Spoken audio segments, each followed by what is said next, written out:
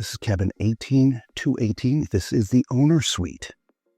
This is one of the bigger cabins on the ship. So when you come in, you have a nice dining table right here. Behind here, you have either your coffee station or you can make it a bar. There's all kinds of cabinets and drawers. You also have a closet here. Stand-up shower, as well as a tub, toilet and bidet, his and her under-counter mount sinks. Moving back in here, generous living room. You can see what happens when you open up the sofa. It can become a bed.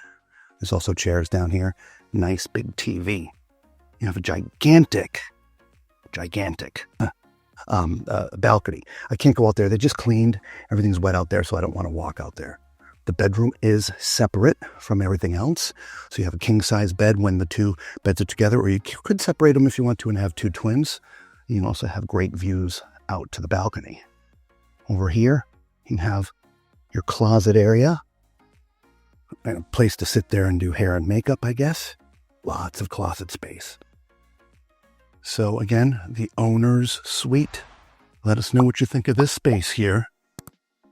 Awesome. All right, we'll see you in the next one.